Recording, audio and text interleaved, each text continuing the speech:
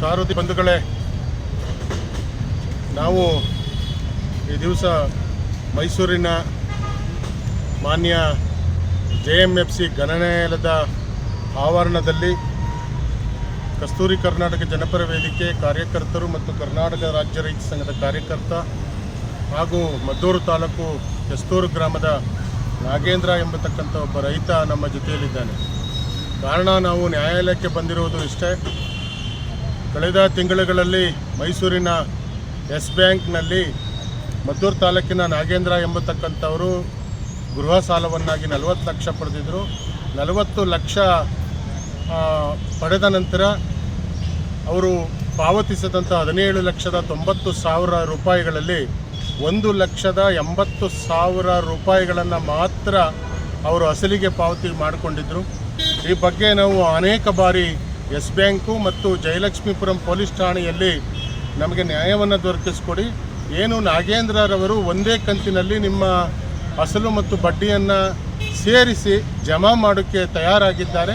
ಹಾಗಾಗಿ ಸಾಲದ ಬಡ್ಡಿಯ ಮೇಲೆ ನೀವು ಹಾಕಿರ್ತಕ್ಕಂಥ ಇತರೆ ಚಾರ್ಜ್ಗಳ ಮೇಲೆ ರಿಯಾಯಿತಿ ಮಾಡಿಕೊಡಿ.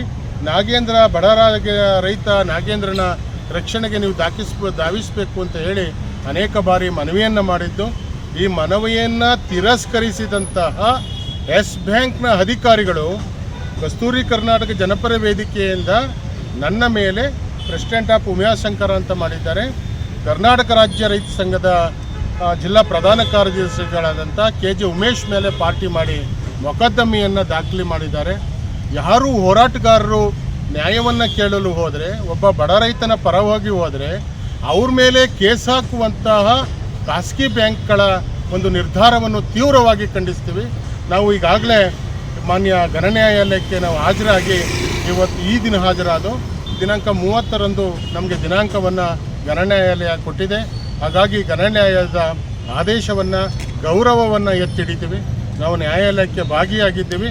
ಇದರಿಂದ ಮತ್ತೊಂದು ಅಂಶ ಏನಪ್ಪ ಅಂತ ಹೇಳಿದ್ರೆ, ದಯಮಾಡಿ ಯಾರು ಖಾಸಗಿ ಫೈನಾನ್ಸ್ಗಳ ಬ್ಯಾಂಕ್ನವರು ನ್ಯಾಯ ಕೇಳೋಕ್ಕೆ ಹೋದವ್ರ ಮೇಲೆ ನೀವು ಪ್ರಕರಣ ದಾಖಲಿಸಬೇಡಿ.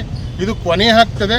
ಇದು ಮತ್ತೆ ಮುಂದುವರಿದೇ ಆದರೆ ನಿಮ್ಮ ಬ್ಯಾಂಕ್ನ ಬಳಿಯಲ್ಲೇ ನಿಮ್ಮ ಎಲ್ಲ ಕಾನೂನುಗಳನ್ನು ಉಲ್ಲಂಘಿಸಿ ನೀವು ಏನು ಇಂಜೆಕ್ಷನ್ ಆರ್ಡರ್ ತಂದಿದ್ದೀರಿ, ಇವತ್ತು ನಮ್ಮ ಬ್ಯಾಂಕ್ನ ಬಳಿ ನೀವು ಚಳವಳಿ ಮಾಡಬಾರ್ದು ಅಂತೇಳಿ ತಡೆಯಾಜ್ಞೆ ತಂದಿದ್ದೀರಲ್ಲ, ಅದನ್ನು ಉಲ್ಲಂಘಿಸಿ ನಾವು ಚಳವಳಿ ಮಾಡೋಕ್ಕೆ ತಯಾರಿದ್ದೀವಿ ಅಂತೇಳಿ ಬ್ಯಾಂಕ್ನ ಅಧಿಕಾರಿಗಳಿಗೆ ಎಚ್ಚರಿಕೆಯನ್ನು ನೀಡ್ತಾ ಇದ್ದೀವಿ.